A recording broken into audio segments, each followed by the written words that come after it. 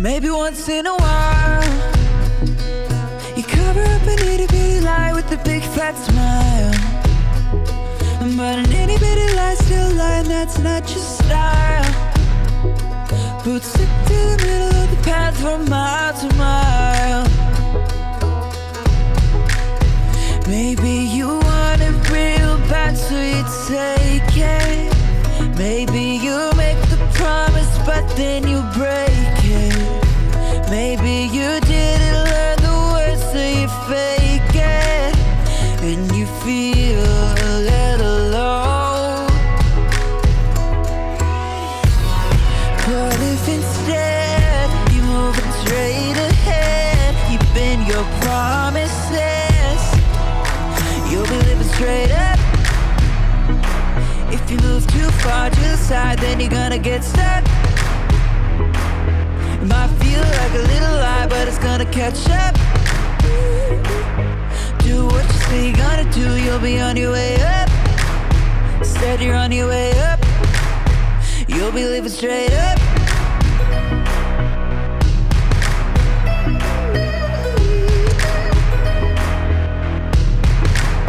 Maybe you've got a crew, and he said we're gonna do the good things that good friends do. And everybody's still a good friend who sticks like glue. Cause everybody did what they said and everybody was true.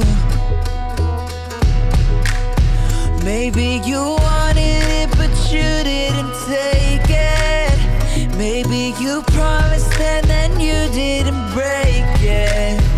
Maybe you learned the words so you didn't fake it. And now everybody knows.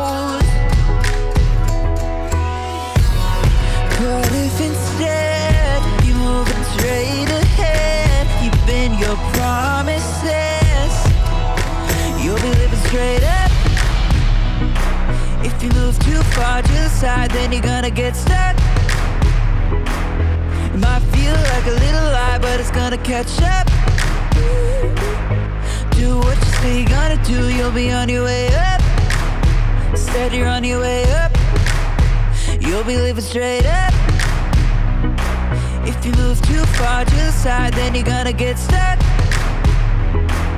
It might feel like a little lie, but it's gonna catch up.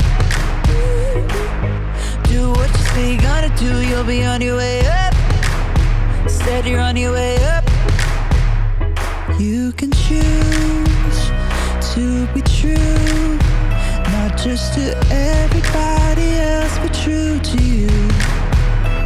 You can choose to be true, not just to everybody else, but true to you. True to you.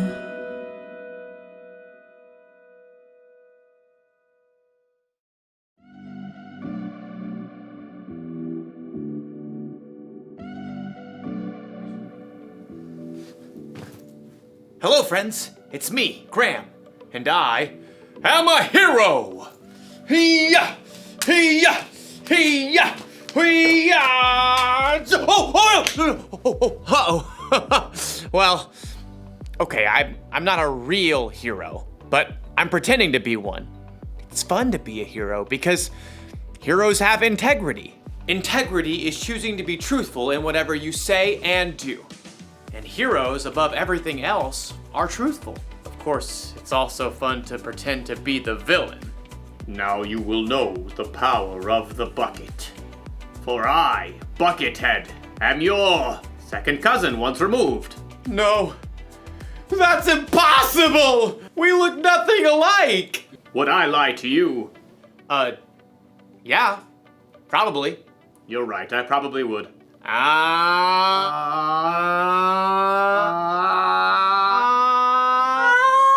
The good thing about pretending to be the bad guy is that I can stop pretending anytime I want. But as you'll see in today's story, when you cheat and lie in real life, it's a little harder to take your mask off. It's really hard to breathe in here. I'll see you all back here soon.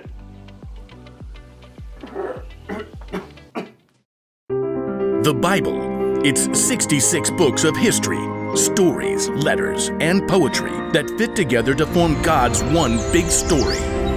The epic adventure of how He created us and loves us so much that He made a way to rescue us.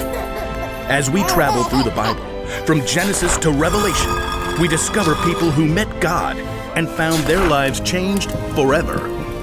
Now, for an amazing story, inspired by the book of 2 Kings, chapter 5. Naaman was the commander of the army of Aram, one of Israel's greatest enemies. Forward march! Though Naaman was a wealthy man, he had one problem that no doctor could solve. He had a terrible skin disease. Make it go away. Then Naaman heard news of a prophet in Israel, Elisha, who might be able to help. But instead of going straight to Elisha, Naaman took rich gifts to the king of Israel, along with a letter from the king of his own land explaining how important he was. The king of Israel frowned as he read the letter from his enemy, the king of Aram. I am sending my servant Naaman to you with this letter. I want you to heal him of his skin disease. What? No! I'm not God. Your king is trying to pick a fight with me. But I just Not want... listening. La, la, la, la, la. The king of Israel made such a fuss that Elisha heard the news and sent a messenger. It was probably his trusted servant, Gehazi. I'm a good guy. Trust me. Gehazi took Elisha's message to the king. Elisha says tell the man to come to me. Gehazi raced back home to help Elisha prepare for the important visitor. And sure enough, the king of Israel sent Naaman straight to their doorstep. Gehazi peeked out the window. Look how low the chariot is riding. What's in the back? Embroidered robes and bags of something? Gehazi? Hurry up. You gotta look good for this guy. I'll get you your best robe. Nope, You're not wearing the robe? I'm not going out. Not going out? No, you are. My robe? What's wrong with your robe? It's old. It's not even a decent name brand like Melchizedek or Queen Jezebel. Elisha sent his servant out the door with a message for Naaman. Are you the prophet? No. But let me just say that is one excellent chariot. I see you got the golden hubcap. Where's Elisha? He says, go, wash yourself in the Jordan River 7 times. Then your skin will be healed. You will be pure and clean again. I thought Elisha would come out himself. I know, right? Look, can't he just say some words and wave his hand and, make me better? That's what I was thinking too. And the Jordan River? I mean, it's full of muck and tadpoles and... forget it. Naaman tore off, angry, but his servants convinced him to follow Elisha's instructions. Naaman dipped 7 times in the murky Jordan River, and when he rose from the water on his 7th time, What? his skin was perfectly clean. He was healed. Unbelievable. Naaman raced back to Elisha's home. This time, the prophet came outside along with Gehazi. Naaman marveled at his unmarked arms and hands. Now I know that there is no God anywhere except in Israel. Please take a gift from me. Gehazi inched closer to the chariot. He could see the richly colored robes hanging over the bags of gold and silver. Is that a genuine Melchizedek robe? Uh-huh, the real deal. Just have your servants unload around back and I'll... Nope. I serve the Lord. You can be sure that he lives. And you can be just as sure that I won't accept a gift from you. What? Please, I'm begging you. He's begging you, Elisha. But Elisha still refused to take a single coin from Naaman and send him away in peace. Elisha went back inside, leaving Gehazi speechless on the doorstep. What? No. Seriously? Gehazi could still see the dust kicked up by the horse's hooves. Elijah should have taken something. If he didn't want it, he could have just given it to me. With that, Gehazi took off running down the road. His arms pumped and his sandals flapped as he crested the hill and came up alongside the chariot. Naaman pulled it to a halt. Is everything all right? It's fine. Fine. Master sent me to say that 2 young prophets have come to visit. Yeah, that's it. Please give them 75 pounds of silver and 2 sets of clothes. Oh, of course. Take twice as much. Naaman's servants carried the heavy bags of silver and clothing back up the road, but as they approached Elisha's house, Hey, thanks. I got it from here. straining beneath the weight of his heavy load, Gehazi snuck inside and stashed the clothing and silver in his room. Then he hurried back out and strolled through the front door.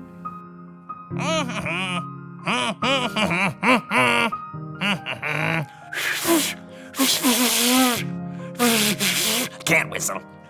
Elisha studied him with sharp eyes. "Where have you been? Oh, me? I didn't go anywhere. Didn't my spirit go with you? I know Naaman greeted you. I know you took money and clothes. I was just being nice to the horses, making their load lighter. You and your family after you will have Naaman's skin disease. Then I can't wear my new robes. Sure enough, Gehazi's skin was soon covered with sores, just like Naaman's was. Gehazi's lie had won him some new clothes, but it had cost him Elisha's trust and a full and healthy life.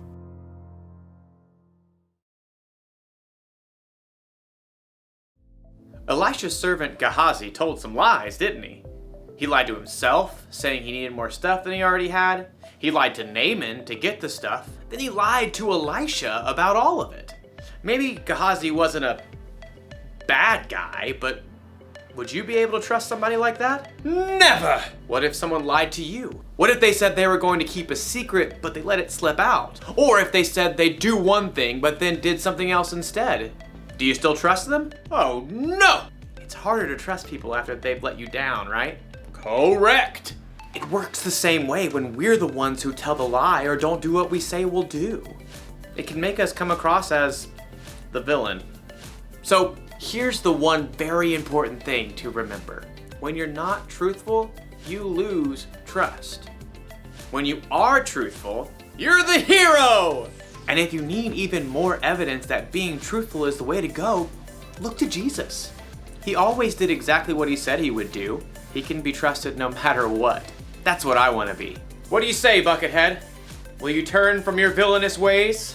Do I get to keep the bucket? Sure. It's a deal! Great! Go be heroes, everyone. Bye! Hey, Buckethead, how do you feel about tacos?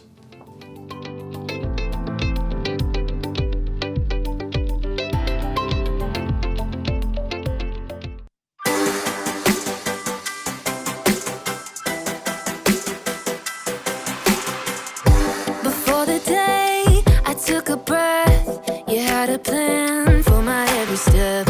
You promised to always be by my side. I believe that you are the way, you are the truth, you are the light. So I sing this to you. You keep your promises every day. I will believe in everything that you say. Yeah, in the dark I know you're making a way. Jesus, I will trust you. You're always good in everything that you do. And I know everything that you say is true. And every moment you are leading me through. Jesus, I will trust you.